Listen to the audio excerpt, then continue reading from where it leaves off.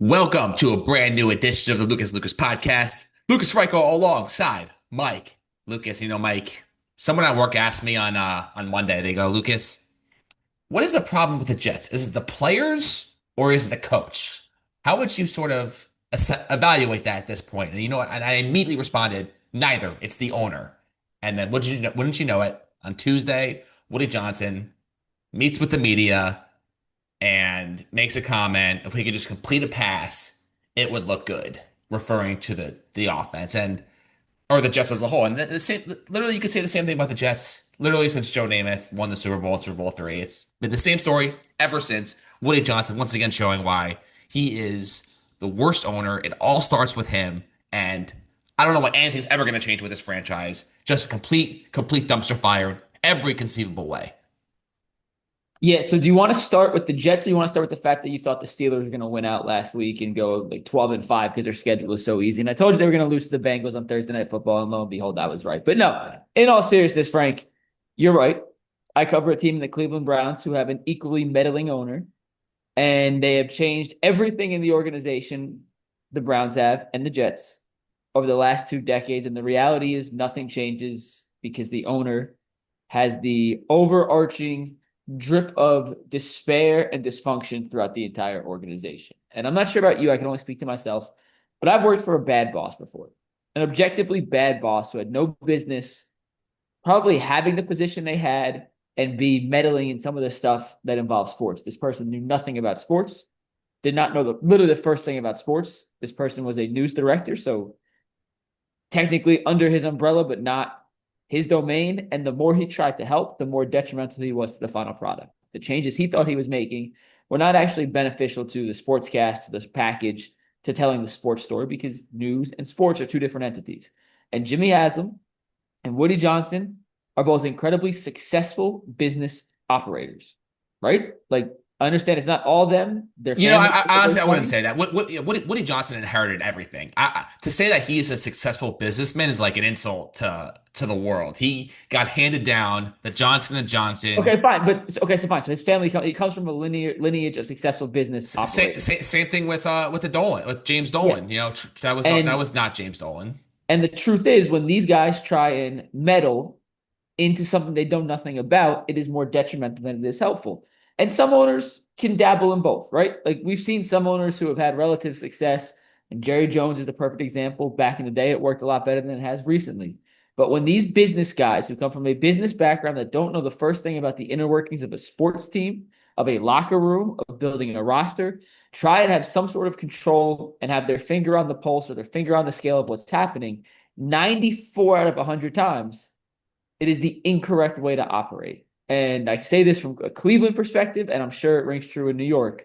The best thing that could ever happen to the Browns would be if Jimmy Haslam sold the team. And the best thing that could happen to the Jets is if Woody Johnson sold the team. The best thing that could probably happen to the Knicks is if Paul Dolan sold the team or James James Dolan. Dolan. Paul Dolan's the Guardians owner, excuse me. If he sold the team. So I just continue to go back to yes, at the end of the day, an owner's job is to spend money, right? Like spend money, get a good roster, good things happen. That's true, but it also means get the hell out the way and let the people who you pay and pay good money to make football decisions, Frank. So I'm not sure if you feel exactly the same, but that is kind of my overarching take on all sorts of different coaching options and owner coach options. It's a lot of it falls on the owner. It does. So he made some comments about Justin Fields, basically inferred that he's a horrible quarterback. But if you look at the numbers No, this he's horrible. season, He's horrible, Frank. huh? Horrible. Seven touchdowns, zero interceptions, He's horrible. 91.1 passer rating, which I looked it up. Better than these list of guys who the perception around the league is these guys Justin are Fields is either horrible, like, Frankel. He's or horrible. but hang on. He's Let me horrible. finish the point. Higher than Jackson Dart, who many are crowning as like, what I mean, obviously he's only a few games into his career, but higher than Jackson Dart, higher than Bo Nix, who continues to pull games out of his butt out of nowhere, just insane. Higher than Michael Penix Jr., who's been crowned as the future of the Atlanta Falcons organization. Higher than Trevor Lawrence, former number one overall pick. Higher than Tua, who's obviously a debacle. Higher than Geno Smith, who got a huge money contract. So like obviously when you watch the games, you don't get that like, oh, he's actually playing. Like he's had decent moments. He had good moments against Dallas. He had good moments against Pittsburgh. He But had good moments every against Dallas when they were down 30-3. The Pittsburgh game's the anomaly, Frank. Right, And I'm not I can't, defending him. I I'm not can't defending believe, I him. cannot believe you're sitting here trying to defend Justin Fields I'm right now. not. I'm all I'm doing is reading facts. And if you and you can't dispute facts. His numbers are better than What does your all. eye say, Frank? Do your eyes say My Justin eyes Fields? say he has. There's something clearly. I don't want to say like seriously wrong, but like his inability to read defenses is one of the worst I've ever Yes. seen. And what's a very important trait in being a successful quarterback in the NFL? The ability to read a damn deep. Listen, this was the issue in Chicago. This was the issue in Pittsburgh. It's the issue with the Jets. He is a one read quarterback, and Justin Fields is awesome in space. He's a great runner, an incredible athlete. But if that first read isn't open immediately, he has no idea how to read the field, process the I'm defense, not disputing. and get to his Listen, second options. And if you can't do that in the NFL, Frank, you can't be a starting quarterback. I'm sorry. all right. So we know he shouldn't be starting again, and Justin Fields actually spoke to the media here on Wednesday and claimed he didn't hear what Woody Johnson said, which I mean, what does he live under a freaking rock? Are you kidding me? You telling me that the guy didn't hear what Woody Johnson said? I mean, that's just absolutely the owner of your team talking about you like that. There's no way you don't hear it. Speaking of Woody, so Woody, by the way, I get he says certain things because he thinks he's saying the right thing. He says he goes into every Sunday with the mindset that oh we're winning today. We got this. Like he walks into that stadium each and every Sunday that the Jets have a home game, and he says to himself, "We are winning today." And I can just tell you that is so delusional. This team is atrocious. They have literally no pass catchers, especially with Garrett Wilson being hurt. Braylon Allen being hurt on the offense. Their offense is just a complete debacle. There's zero confidence from me and probably the rest of the fan base that this team is going to go out there and win a game. It's hard to believe that if you're sitting with Woody Johnson before a game and you say, Woody, how do you feel about today's game? Oh, we're going to win. Do you really believe that, Woody? Do you really, really believe that? I find it extremely hard to believe. And I know he had to talk because he was at the owners' meetings, but it just sort of reaffirms everything you've said. And I want to say a couple more things about Aaron Glenn. Aaron Glenn on Wednesday to me, this was the single most absurd, ridiculous thing I think a coach has ever said. The New York Jets are 0-7. He declined to name a starting quarterback because he is afraid of giving the Bengals a competitive advantage. Any good team in the NFL names their starting quarterback like before the season starts for the entire season. The Colts named Daniel Jones their starter for the season. They put it all to bed. They're not going to play this dance. Anthony Richardson is it Daniel Jones? Anthony Richardson's obviously on IR now, but this notion that it's that the Jets are going to confuse the Cincinnati Bengals by making it uncertain who's going to start a quarterback, and that's going to be the reason why the Jets finally get their first win of the season. It's so ridiculous.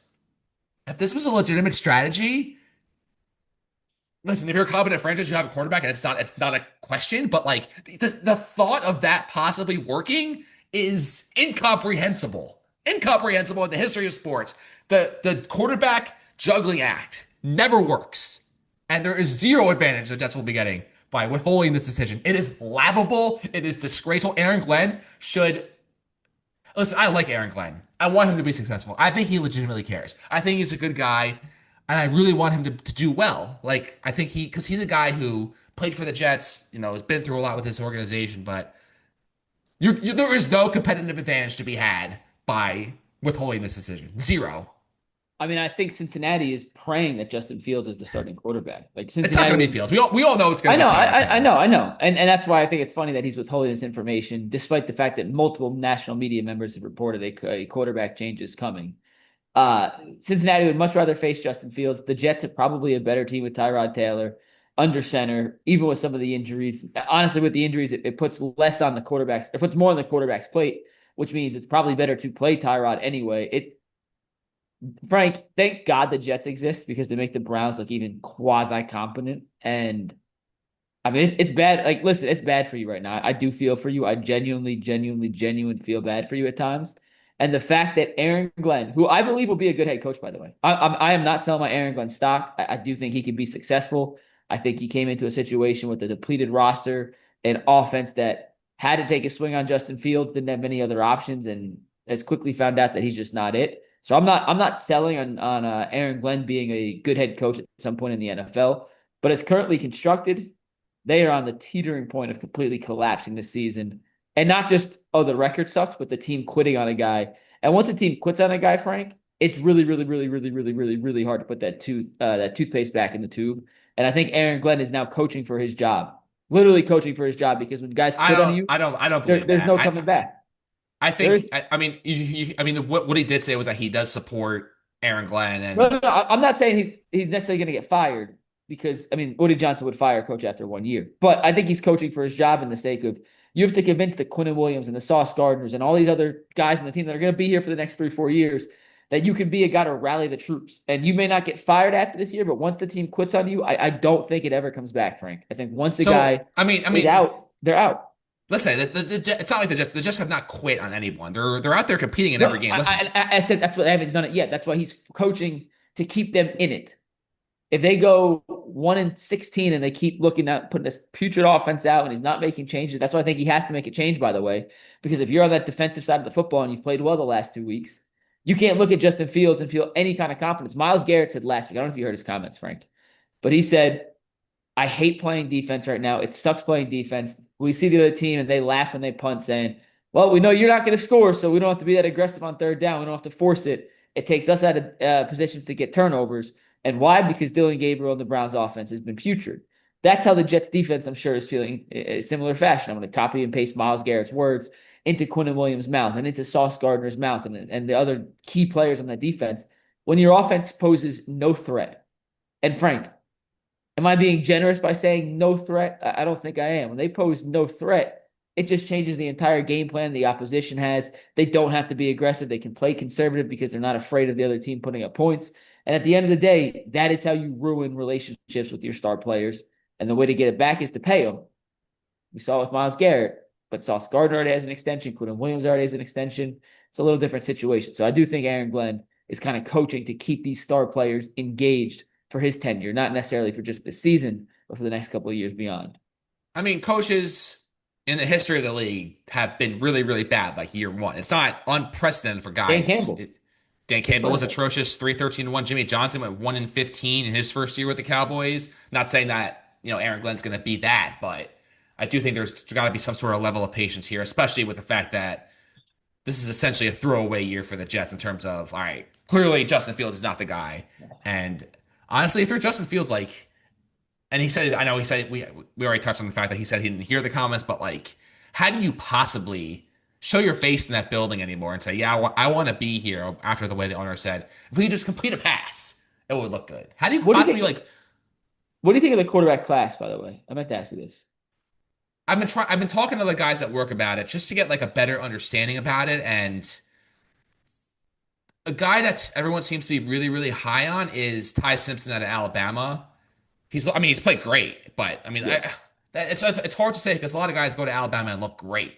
So, listen, we all thought Trevor Lawrence was, the second coming of John Elway and Andrew Luck. We all thought that Caleb Williams was going to come in and just, all from day one rule the NFC North. So, like, it's an inexact science. So to say right now, oh, the can't miss guys, or no, but I'm saying who do you like? Is Simpson the guy you prefer of the? I mean, that's the way I'm leaning now, but you also like Mac Jones looked unbelievable behind that Alabama offensive line with those Alabama weapons. Like, Yeah, so it's hard. It's so hard to evaluate, especially college tape, because you have to take into the fact like the weapons around you, the situation you're in, the O line. Like, there's yeah, so much that goes into it. Justin Fields was unbelievable at Ohio State, incredible. But maybe a lot of that was his first read stuff. So it's so hard to predict.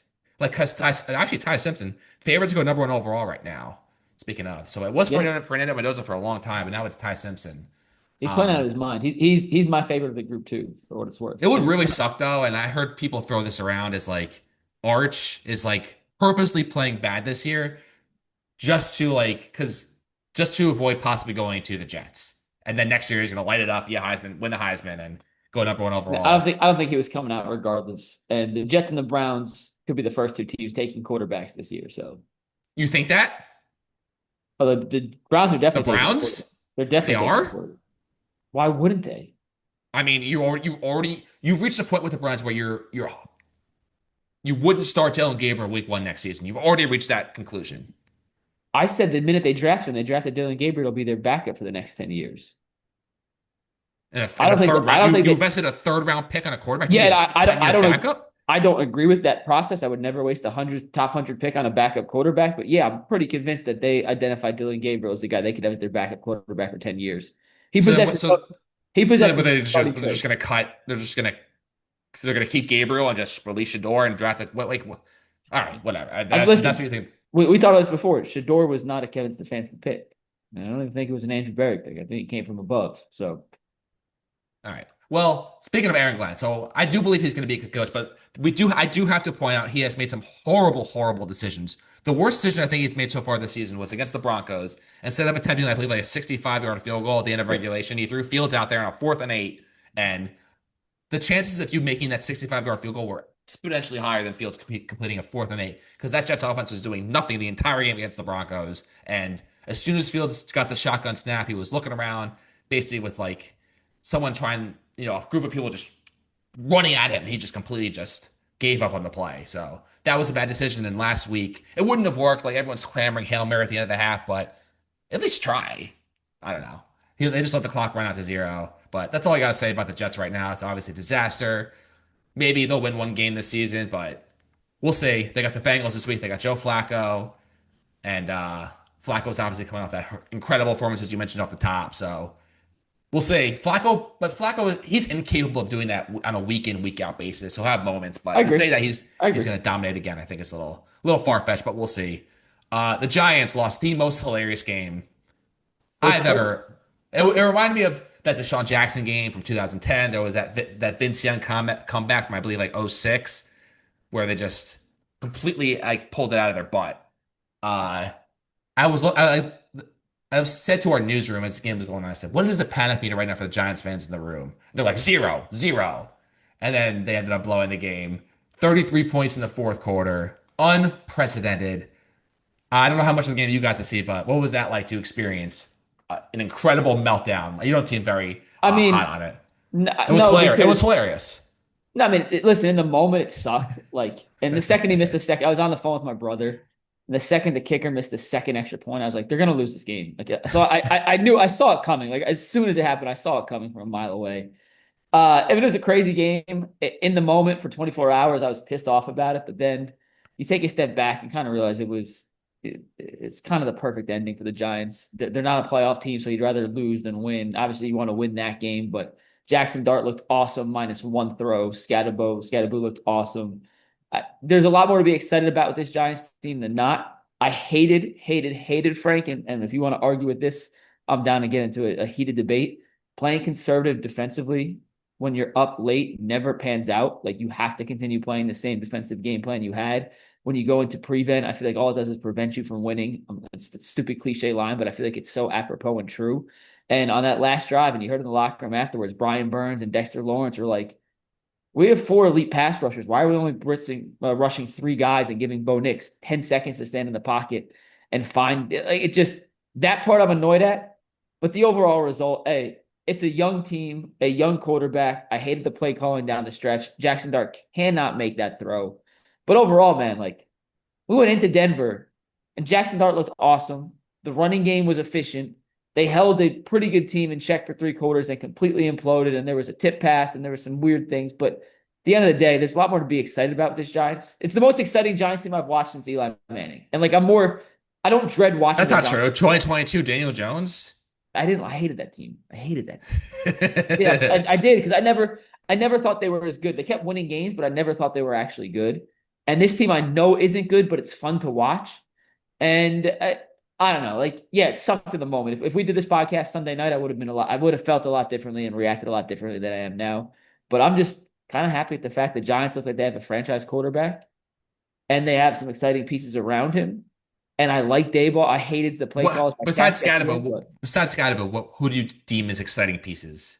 Malik Neighbors, I know he's out, but he's Oh, obviously okay. an absolute All right. superstar. Yeah. Okay. Yeah. Wandale Robinson's a solid number two. He's miscast as a number one right now, but I'm just looking big picture for the Giants. I like Tyrone Tracy as a second back. The offensive line's played much better since Andrew Thomas has returned. So, like, I see the foundation. And for the first time in what feels like a decade, Frank, like, I see the vision of the Giants. And that gives me excitement. So, yeah, the game sucked. The game sucked. But So you say all that. You say all these. There's positive things happening, but the vibe that I'm seeming to be getting from the Giants is that Brian Dable is like on the brink of getting fired. Do you agree with that sentiment? I would not. I mean, I totally understand why. I would not. I was having this conversation. There's gonna be an article that comes out in the Athletic next week. Jason Lloyd's writing it on retread quarterbacks and why he thinks if the Browns are going to draft a quarterback this summer, and I'm going to tie this back to the Giants in a sec, but he said if the Browns are going to draft a quarterback this summer, they should extend Stefanski and Barry for 3 years and guarantee them 3 years with the rookie quarterback, or fire them and bring in a new regime, top to bottom, that will help develop this young quarterback. And I haven't agreed with all of Brian Dayball's late game, end of clock, situational management. I know he's not calling plays right now, so that the drive they had where Dart to the interceptions not on him, but he should have overridden it in some capacity. But at the end of the day, when you draft a young quarterback, you need someone who can legitimately develop said young quarterback.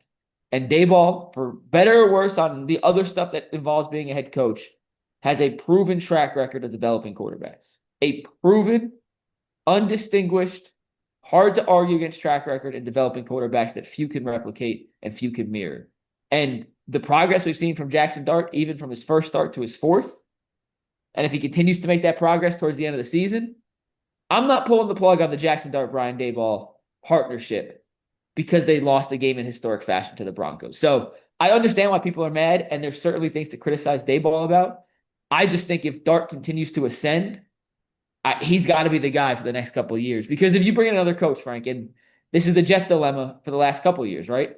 You draft a No. quarterback, you draft a quarterback, you bring in a new regime, and then that regime doesn't have the full interest and best interest and full trust in the quarterback pick, so they're not as tied to seeing him succeed, and it's just a cycle of dysfunction.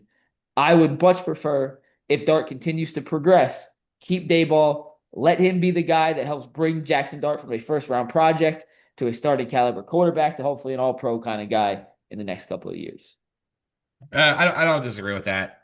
Mike, I'm sorry. I messed up and I missed what we should have done the show with, and that is the Cleveland Cavaliers playing their Extended Jalen Tyson. Oh, playing their no. I was just gonna oh, say the Cavs playing their first. I don't even know who that is, but the Cavs are playing their first game of the season here on Wednesday night against the New York Knicks, and wouldn't you know it, the Knicks ruled out Mitchell Robinson because of load management. First game of the season, they're ruling out players due to load management. Mike, I've been watching sports for a long, long time. I've never seen this. so we had a Knicks reporter on today, and he said that Robinson missed the last two preseason games with an ankle injury, and he suffered a little bit of a setback on the ankle injury. So instead of designating him with an ankle injury, they're just putting it as load management, but it's not load. It's technically load management in recovery from injury, not load management. We're scared he can play. So I don't know if that makes it any better, but that was what the Knicks reporter told us on the show today. Well, all I know is that this is the Cavs. Like, if the Cavs can't do it this year, then I want Mitchell gone. I want Garland gone. I want Mobley gone. I want Allen gone. I want everybody gone It's because this is finals or ridiculous. bust. I did a stream for Bleacher Report yesterday, and it was titled "It's finals or bust for the Cavs." There's no excuse, Frank. No Tatum, no Halliburton. They have absolutely no excuse not to make the NBA Finals this year. If the Eastern Conference Finals is in Cavs next, then I don't know. I don't know what to tell you, but I have we'll Cavs see. Magic, but yes, We'll see how it goes. To baseball, it's going to be the Mariners losing to the Blue Jays in Game Seven. So it's the Blue Jays Dodgers World Series. I don't know how much of that Game 7 you saw. I thought that Dan Wilson for the Mariners completely overmanaged the game. Pulled George Kirby way too early. Should have let Brian Wu face George Springer. And Don Mattingly, the curse of Mattingly is over. After nearly 4 decades in Major League Baseball, he's going to his first World Series. And I hope he loses. A lot of Yankee fans root for him. I you're have no rooting for the emotional Dodgers. I don't know who I'm rooting for, but as we've gotten closer and I've thought about it more and more, there is a legitimate path for the Dodgers to lose this series Yeah. because the Blue Jays are relentless on offense and their pitching, despite the fact that on paper it's kind of shaky because aside after Kevin Gausman, you have that Trey Savage guy who's literally made like 7 starts in his career, but he's been absolutely lights out except for 1 start so far. And you have Scherzer, who was screaming at the manager on the mound and is an absolute lunatic. So like, Got Shane Bieber, big game pitcher. well, you have that, and you also have the fact that George Springer and Vlad Jr. are just Out of their on mind. another level And right they're now. getting Bo And Bichette back. well, I don't know how good he's going to be, how effective he's going to be, but George Springer literally put the 2017 Astros on his back. He hit 5 home runs in that World Series, hit 379, and like if your top performers play like that, like doesn't matter who you're facing or what is happening to you, like it's not going to matter. You're going to win. And if the Dodgers had home field advantage, I think they'd sweep the series. But the fact that the Blue Jays have home field, I think it gives them a huge advantage. And it's so unfortunate. Like if you just go back and the Blue Jays would have lost, or the Yankees would have just won one more of those stupid games, like they would have had home field throughout the AL playoffs. They wouldn't have to have played the Boston series. Get to host Toronto instead of visiting there for the first couple 2 games. It's like the the way that everything changes if the Yankees would have just won the division by 1 game, it's crazy. And Yeah. the Blue Jays have so much momentum right now that they just feel like a runaway train with nothing stopping them. Unless the Dodgers pitching goes out there, which it very well might with Snell, Yamamoto, Glassdown, Otani for those 4 games. If they just shove and each pitching 7-8 scoreless, like then it would be over. But the Blue Jays offense, like they just don't strike out. They put the ball in play, and it's a really really tough matchup here. And I was surprised when the odds came out that the Dodgers were only like minus 220. Let me just see if they've shifted. I don't believe they really have yet. Minus 220 plus 184. So if you asked me to pick right now, I'd probably say Dodgers in 5, but I could easily see the Blue Jays winning at 6 or 7. Easily. Listen, the Blue Jays have one distinct advantage that I think plays well into their hands in playoff baseball. Their lineup is loaded with power, and they don't strike out. And the Dodgers have a bunch of power strikeout pitchers. And I understand it's now strength on strength. It's power versus power. But the way the Blue Jays are swinging the sticks right now, Frank, like I, I kind of like them. Like I'm not picking them to win. I think it'd be silly to go out on a limb and as boring as it is to pick the prohibitive favorites, like the rotation just significantly better. Sasaki's pitching well at the back end. They're getting timely hitting. Shohei. But Vlad's playing out of his mind right now. Springer hit the big home run in game 7. He has the World Series experience. And sometimes you don't know till you know. And this Blue Jays team is relatively playoff inexperienced. And they have a bunch of guys who don't seem to be afraid of the moment. I don't think they'll be afraid of Los I Angeles. mean, I mean, I And mean. So like you say that, but like George Springer is one of the most playoff savvy. He's got like the third I most said I homers. said most. They got a couple of guys with some real like Scherzer obviously has a bunch. Springer has a bunch, but how many real playoff series has Vladdy played in? How many real playoffs has Alejandro Kirk, Dalton Varsho, Right, Nathan Lucas? a lot of the guys. Like most of the guys, Bichette, most of the guys don't have a ton of experience, and they don't seem to be afraid of the moment. And sometimes you kind of need that irrational confidence and that, oh, we're not supposed to do this on this stage. I didn't know kind of mojo to get things done in a World Series situation. So I'm picking the Dodgers in 6, but I kind of also love the Blue Jays in 7. Yeah, we'll see. Game one's going to be a massive game here, just to That's see Friday, like right? Game 1's Friday. yeah, Friday, Saturday, Monday. So see how it goes. It's stupid that Let's, baseball doesn't play a game for 4 nights. it's so that's I mean that's a question. Like is and another question for the Dodgers is the long layoff. They'll have been off for A week. literally a full week. And is there a part of the Dodgers that that when you already won, just getting that hunger back to just do it again, and maybe they're just so talented that it wouldn't matter. And I truly believe in that. If the Dodgers win in 4 or 5 games, like the Dodgers obviously deserve credit, but like if you would take Otani, Yamamoto, and Sasaki off that team, I think that what are the Dodgers? Are they even Yeah. like do they easily win the NL West? Like what are they? But literally like go back to the series against the Brewers, like Yamamoto single-handedly won game 2, pitched 8 shut or pitched a complete game. Pitched a complete game. I want to say he gave up 1 run. but Otani pitched six in the third scoreless, and his star hit three homers. Like those are two Japanese guys that they essentially got because there was a direct line from Japan to the Dodgers, and no other team had a real shot at those guys.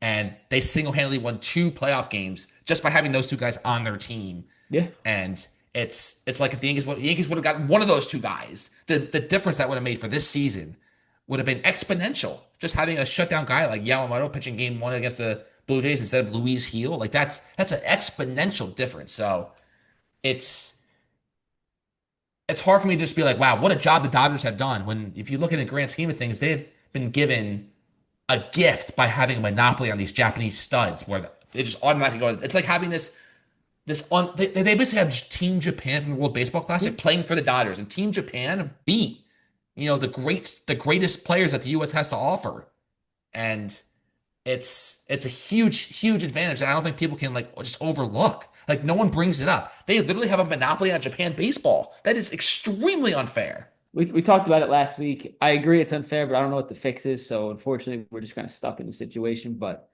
yeah, I don't know who to root for. I don't know who I'm rooting for. Honestly like when the Yankees aren't in it and the Red Sox and the Mets aren't in it. Like there's no one that I'm really rooting for or against. I just want it to be over with and just get on to the next season. And I hope the Yankees are smart and choose Kyle Tucker over Cody Bellinger. I hate to say it because Cody was such a he really was good this fun year. player to root for He this was year. But good I this think year. Kyle Tucker's better. He's younger, and I just think that the Yankees are a better team with Kyle Tucker instead of Cody Bellinger. Yeah, I do too. I do too. All right, that will do it for this edition of Lucas Podcast. We'll be locked in the Cleveland Cavaliers against the New York Knicks on Wednesday night. ESPN baby, national TV. Full Cleveland sports show of full reaction immediately after the game's over. Full breakdown the next Well, morning. I'll be live right as the final buzzer sound, and then we are live at 11. It'll be the opening topic on tomorrow's show. So make sure y'all tune in. We're very excited for the Cleveland Cavaliers season. It is Championship City in Cleveland, and we're excited for the parade and everything that's going to happen in Cleveland this year. Peace. Let them know.